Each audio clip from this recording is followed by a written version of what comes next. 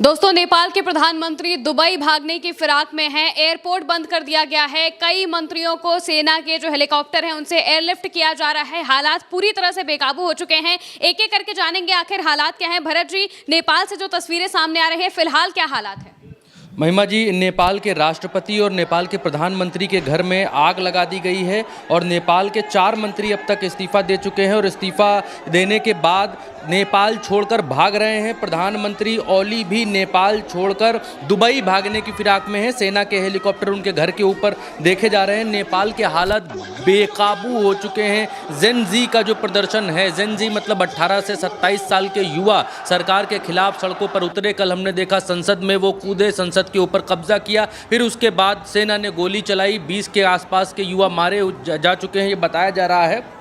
और महिमा जी, ये संख्या हमारी वहाँ के पत्रकारों से बातचीत हो रही है, ये संख्या 40 से 45 के आसपास मारे जाने वाले लोगों की संख्या हो सकती है। ये प्रदर्शन कल रोका जा सकता था, लेकिन कल जब सेना ने गोली चलाई तो सेना की गोली से लोग मारे गए और इसके बाद ये प्रदर्शन आज और उग्र हो चुका है। ये प्रदर्शन अब जेन जी का प्रदर्शन नहीं रहा है, ये प्रदर्शन नेपाल की सत्ता को जड़ से उखाड़ कर फेंकने का प्रदर्शन बन गया है। और इसीलिए आज नेपाल के भीतर राष्ट्रपति के घर में आग लगा दी गई है। पीएम ओली, उनके घर में आग लगा दी गई है। 4 मंत्रियों के इस्तीफे हो चुके हैं। पूर्व प्रधानमंत्री पुष्प कमल दहल प्रचंड, शेर बहादुर देउरबा, कल गृह मंत्री के पद से इस्तीफा देने वाले रमेश और संचार मंत्री पृथ्वी सुब्बा गुरंग के घर जो है आगजनी की गई है। इतने लोगों के घर आगजनी की गई है। 4 मंत्रियों ने अब तक इस्तीफा दिया है, जिसमें एक गृह मंत्री हैं लेखक साहब, रमेश लेखक, और कृषि मंत्री हैं रामनाथ अधिकारी, और स्वास्थ्य मंत्री प्रदीप पौडेल और जल आपूर्ति मंत्री प्रदीप यादव। इन मंत्रियों ने इस्तीफा दे दिया है और इस्तीफा देकर सिर्फ इस्तीफा देना बहुत छोटी खबर नेपाल में हो गई है। ये सारे मंत्री जान बचाकर भाग रहे हैं। नेपाल का एयरपोर्ट बंद कर दिया गया है, जो त्रिभुवन अंतर्राष्ट्रीय हवाई अड्डा है उसको बंद कर दिया गया है नेपाल में। और उससे ये सारे मंत्री और प्रधानमंत्री, ये बतलाया जा रहा है अभी जो खबर आ रही है कि वो दुबई भागने की फिराक में है, वहां से दुबई भाग सकते हैं। शहर में उनके लिए कोई भी सुरक्षित जगह नहीं बची है और इसीलिए ये सब वहां से भागने की फिराक में। आज जो जेन जी का प्रदर्शन है उसकी थोड़ी सी आवाज आपको सुननी चाहिए। देखिए किस तरीके से उग्र होता जा रहा है।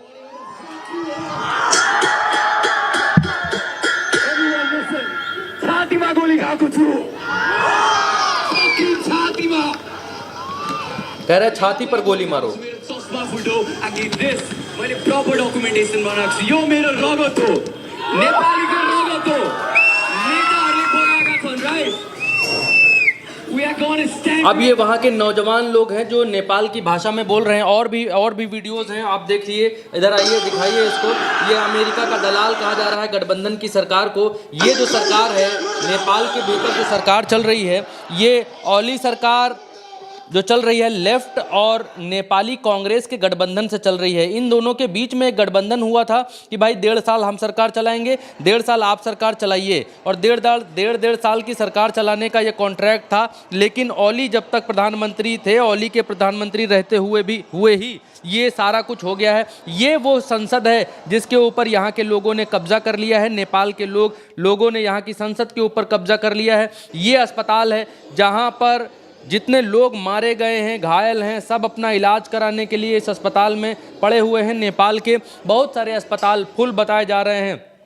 काठमांडू के सारे अस्पताल फुल है वहाँ पर। ये देखिए प्रदर्शन हो रहा है, किस तरीके से प्रदर्शन चल रहा है। जेन जीज का ये प्रदर्शन है और आज प्रदर्शन और ज़्यादा उग्र हो चुका है। बच्चे सड़कों पर हैं। इनको बच्चे कहें तो ज़्यादा ठीक होगा। 18 साल से 26 साल की आयु के ये जो बच्चे हैं, ये सब सड़कों पर हैं। कल की जैसी ही तस्वीर आज भी यहाँ पर बनती हुई दिखाई दे रही है। आज ये प्रदर्शन हिंसक हो चुका है। महिमा जी, आज इस प्रदर्शन ने हिंसा का रूप ले लिया है। एक चीज़ और दिखाना चाहूँगा आपको, जल्दी से मैं इसको बंद करके एक चीज़ और दिखाना चाहता हूँ। ये है वो सबसे बड़ी तस्वीर। ये तस्वीर देखिए, प्रधानमंत्री और राष्ट्रपति के घर में देखिए किस तरीके से आग लगाई जा रही है, उनके घरों को फूंका जा रहा है। ये देखिए वहाँ नोट्स हवा में, जो पैसे हैं वो हवा में उड़ रहे हैं। अब ये कौन उड़ा रहा है, भगवान जाने कौन ये पैसे हवा में उड़ा रहा है। लेकिन प्रधानमंत्री, राष्ट्रपति और जितने मंत्री हैं, इन मंत्रियों के घरों को लोग आग लगा रहे हैं, आग के हवाले कर रहे हैं।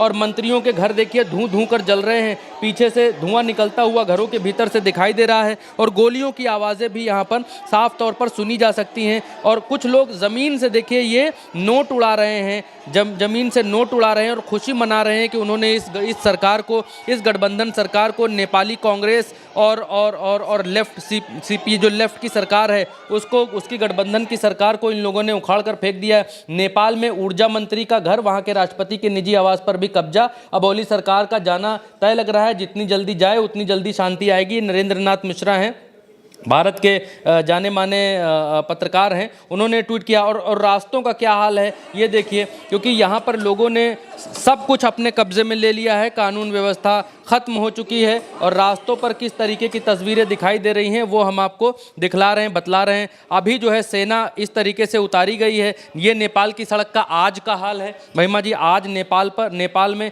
इस तरीके के हालात दिखाई दे रहे हैं। सेना कंट्रोल करने में चीज़ों को नाकामयाब है, क्योंकि कल जो गोलियाँ चलीं और कल की गोलियों में जो लोग मारे गए, उसके बाद अब ये कहा जा रहा है कि कल जो गोलियां चली उसमें नेपाल सरकार ने ठीक नहीं किया गोलियां चलाकर। और उसके बाद अब सरकार गोलियां चलाने से बाज आ रही है, गोलियां नहीं चला रही है। लेकिन अब प्रदर्शनकारी और ज़्यादा उग्र हो चुके हैं और प्रदर्शनकारी अब इस सरकार को उखाड़ फेंकने की लड़ाई पर आ गए हैं। अभी तक ये लड़ाई सिर्फ इस बात की थी कि नेपाल सरकार ने क्यों व्हाट्सएप, ट्विटर, फेसबुक जैसे सोशल मीडिया ऐप्स बंद किए, क्यों बंद किए। जब सरकार भ्रष्टाचार कर रही है और लोग इन पर लिख रहे हैं तो सरकार को बर्दाश्त नहीं हुआ और सरकार ने इन ऐप्स को, इन साइट्स को अपने देश में बंद कर दिया। नेपाल सरकार बहुत हद तक चीन से इन्फ्लुएंस है। नेपाल भी चीन बनना चाहता है। वहाँ भी एक एकाधिकार वाली सत्ता को ये लोग अपने साथ लेकर आना चाहते हैं कि जो राजा कहेगा, जो प्रधानमंत्री कहेगा वही होगा। दिखाने के लिए चुनाव होंगे, लेकिन यहाँ हुक्म सिर्फ राजा का चलेगा। लेकिन नेपाल की जनता ने ये दिखा दिया है कि यहाँ हुक्म राजा का नहीं चलेगा, जनता का ही चलेगा। और नेपाल चीन नहीं हो सकता। इसीलिए नेपाल की जनता ने, यहाँ के राष्ट्रपति, प्रधानमंत्री, यहाँ की पूरी की सरकार, ये कहना गलत नहीं होगा कि पूरी की पूरी सरकार को उखाड़ कर फेंक दिया है। आज की स्थिति में जब हम देखते हैं नेपाल के त्रिभुवन अंतर्राष्ट्रीय हवाई अड्डे को, तो उसको बंद कर दिया गया है, ब्लॉक कर दिया गया है। अब यहाँ से सिर्फ और सिर्फ यहाँ के मंत्री और नेता ही उड़ सकते हैं। यहाँ से फ्लाइट अप हो सकती है, डाउन नीचे मतलब उतर नहीं सकती है कोई भी फ्लाइट। आसपास के क्षेत्रों में कहा जा रहा है आग लगा दी गई है, जिसके कारण जो है नेपाल का, हाँ, एयरपोर्ट पर आग लगाने के लिए पहुंच रहे थे ताकि यहाँ के प्रधानमंत्री, राष्ट्रपति और बाकी नेता यहाँ से उड़कर भाग ना पाएं। गुस्सा इस स्तर तक पहुंच गया है कि अब ऐप्स ओपन करने या ऐप्स रिलीज़ करने या ऐप्स को चालू कर देने से बात नहीं बन रही है। अब बात ऐप से आगे बढ़ चुकी है, अब बात जान पर आ चुकी है, क्योंकि सरकार ने 20 से ज़्यादा लोग मार दिए हैं। तो अब ऐप्स बैन, ऐप्स का लॉक खोलने या ऐप्स को हाँ, करप्शन के खिलाफ लोगों की आवाज़, करप्शन के खिलाफ आवाज़ थी। देखिए महिमा जी, स्टेप्स में थी, लोग करप्शन के खिलाफ आवाज़ उठा रहे थे। सरकार ने अपनी पैरेलल गोदी मीडिया खड़ी कर दी नेपाल के भीतर। गोदी मीडिया वही बता रहा था जो सरकार कह रही थी।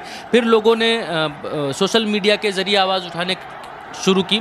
सोशल मीडिया से जब आवाज़ उठाई तो सरकार को बुरा लगा। सरकार को लगा कि गोदी मीडिया को इतना पैसा खर्च करके अपने कब्जे में लिया है और फिर भी आवाज़ें नहीं रुक रही हैं सरकार विरोधी। तो इन लोगों ने उन सोशल मीडिया ऐप्स को बैन कर दिया। जब सोशल मीडिया साइट्स को बैन किया तो उसके बाद लोग सड़कों पर उतर आए सोशल मीडिया बैन खुलवाने के लिए कि आप व्हाट्सअप, फेसबुक, ट्विटर ये सब बैन कैसे कर सकते हैं, इसको खोलिए। प्रदर्शन शुरू हुआ। तो जब प्रदर्शन शुरू हुआ तो लोग संसद के भीतर घुस गए। जब संसद के भीतर लोग घुस गए, 12,000 लोग संसद के भीतर घुसे, तो वहाँ की सरकार ने गोली चलाने के आदेश दे दिए। सेना ने गोली चला दी, सीने पर गोलियां मारी हैं इन लोगों ने। 20 से ज़्यादा लोग, सरकारी आंकड़ा 19 का है, लेकिन वहाँ के पत्रकार, हमारे साथी बता रहे हैं तकरीबन 40-45 लोग मारे गए हैं। तो अब ये मामला सोशल मीडिया ऐप्स या साइट से बैन उठाने का नहीं रह गया है। अब ये मामला आर पार की लड़ाई का हो गया है और नेपाल की सरकार को उखाड़ फेंकने का हो गया है। और इसीलिए नेपाल में राष्ट्रपति हों, प्रधानमंत्री हों, वहाँ के मंत्री हों, कोई भी सुरक्षित नहीं रह गया है। जो मंत्री नेता अब तक भौकाल में